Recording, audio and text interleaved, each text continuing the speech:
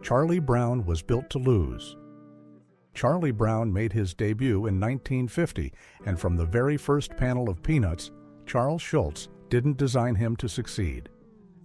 Unlike most cartoon characters who bounce back with ease or crack a punchline, Charlie Brown entered the comic strip carrying weight, emotional weight. His head was too large, his hair nearly invisible, and his clothes were marked by a jagged stripe. Every visual choice signaled awkwardness and vulnerability. This was no accident. Schulz deliberately made Charlie Brown a blank slate, someone the reader could project onto. He wasn't meant to be funny or charming. He was meant to reflect real, quiet suffering.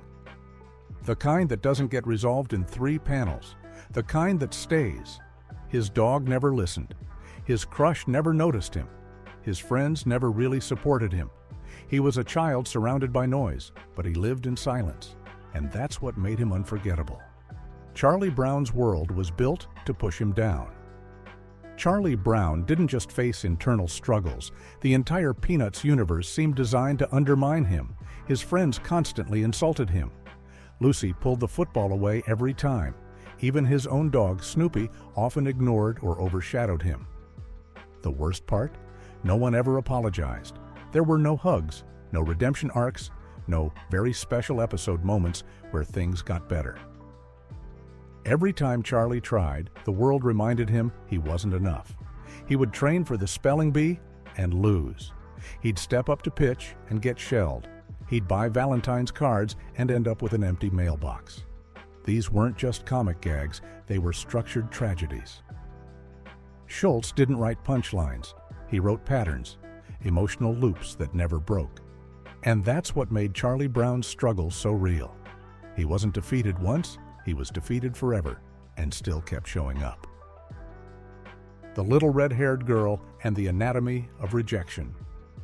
Charlie Brown never even spoke to the little red-haired girl. That's not an exaggeration. In over 50 years of Peanuts, he admired her from afar, but never approached her. She wasn't a character with lines or personality. She was a silhouette, a symbol. Schulz created her not to complete Charlie Brown's story, but to emphasize what he lacked: confidence, courage, and closure. Every lunch break, he'd watch her eat alone. He'd rehearse what to say. He'd clutch his brown paper bag and take one step forward, then freeze. The moment always passed, and it wasn't just romantic failure, it was emotional paralysis. Schulz used the little red-haired girl to capture the feeling of wanting something deeply, but being completely unequipped to pursue it. And here's the brutal part. We never learn anything about her because Charlie Brown never does. He idealizes her, projects onto her, and ultimately isolates himself from her. Not because she rejected him, but because he couldn't risk being rejected. That's not a love story. That's a portrait of loneliness. Snoopy, escapism with a price. On the surface, Snoopy is the comic relief. He's adventurous, charming, and wildly imaginative. The perfect contrast to Charlie Brown's constant self-doubt. But Snoopy's fantasy life isn't just play. It's escapism. He doesn't interact with the world around him as it is. He rewrites it. He becomes a World War I flying ace, a famous novelist, a college student, even Joe Cool. He lives in his mind because the real world doesn't interest him. And when it comes to Charlie Brown, Snoopy's behavior is telling. He often ignores commands, rolls his eyes at his owner's problems, or leaves altogether. Charlie seeks companionship. Snoopy seeks distraction. In many strips, Charlie Brown opens up emotionally while Snoopy sleeps or walks away. That's not a friendship. That's a void. Snoopy isn't cruel, but he reflects a coping mechanism. When life is disappointing, imagine a better one. The tragedy is that Charlie Brown doesn't have that option. He lives in the present, in reality. He suffers with awareness.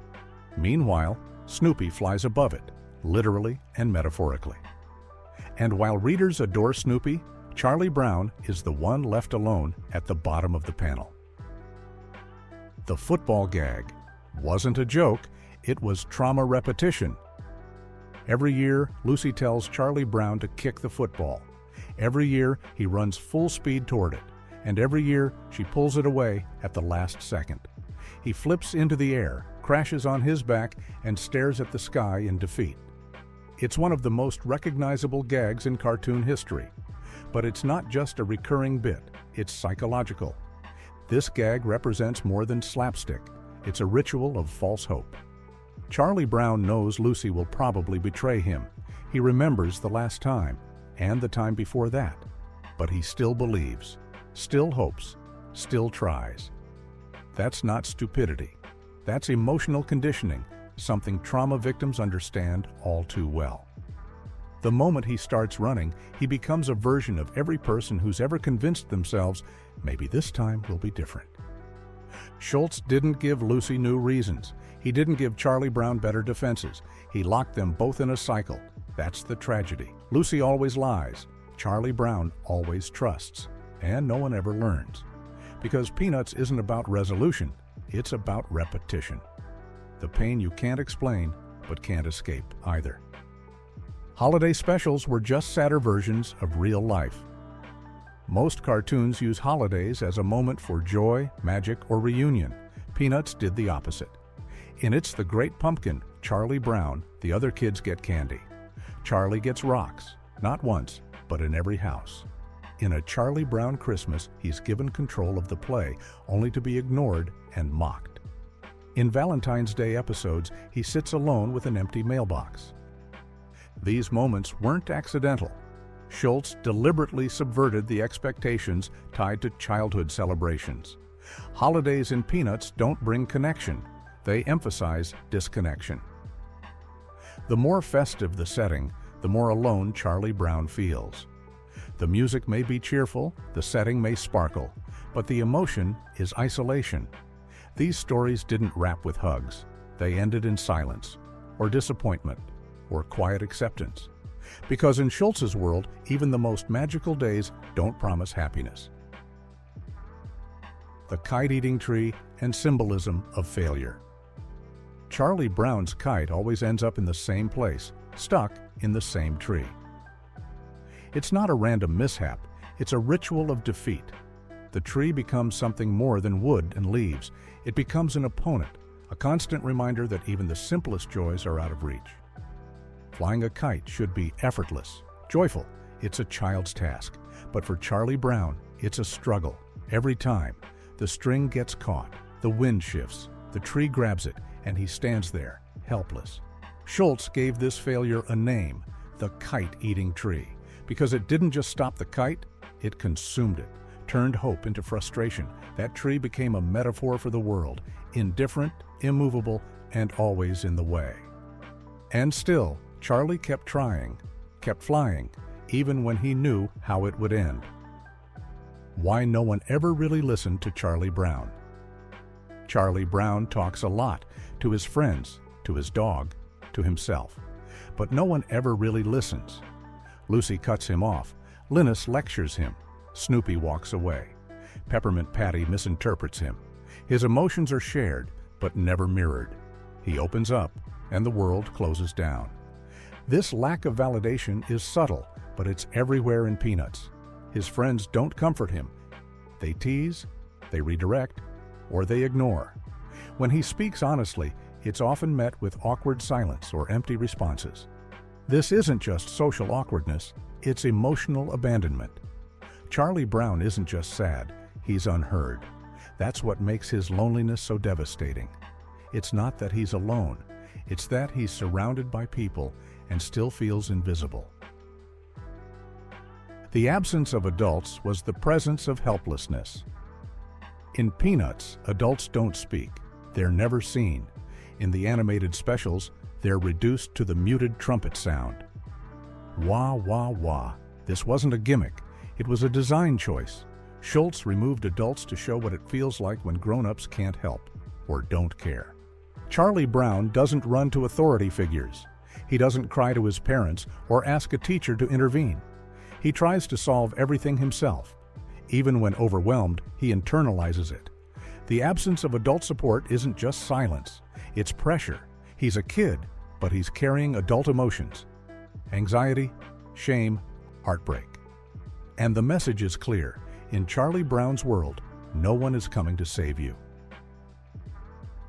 Schulz's own pain was the blueprint. Charles Schulz didn't invent Charlie Brown out of whimsy. He invented him out of memory, the insecurity, the heartbreak, the silence. It all came from Schulz's own life. He was nicknamed Sparky. He was quiet, bookish, and often overlooked. His own little red-haired girl was a woman he loved who rejected his proposal. Schulz didn't just write comics. He wrote confessions. He once said, "I suppose I've been doing one long autobiographical strip." Charlie Brown was his voice, his wound, his therapy. And over time, readers started to see their own pain reflected in Charlie's. That's why the strip connected so deeply, because it wasn't built on jokes, it was built on truth. Charlie Brown's true bravery was simply showing up. Charlie Brown didn't win. He didn't transform. He didn't evolve into something greater. But he showed up every day, to school, to baseball, to conversations he knew might hurt. He ran toward the football, knowing it would be pulled away. That kind of consistency in the face of defeat isn't weakness. It's resilience. Most stories celebrate characters who overcome. Schulz celebrated a character who endured. He never got the girl, he never won the game, but he never stopped trying. That's a different kind of heroism, quieter but more honest. In a world obsessed with winning, Charlie Brown taught us how to lose with grace. The Peanuts Legacy: what we learned from a boy who lost. Charlie Brown was never meant to win. He was meant to feel, and he did, fully, painfully, honestly. Through him, Schulz gave generations of readers a safe space to experience failure, doubt, and quiet suffering. Peanuts didn't solve problems, it acknowledged them. And that, for many, was enough. Because sometimes what you need isn't a hero with a solution. You need someone who feels what you feel. Someone who keeps walking forward, even when everything hurts. That's Charlie Brown.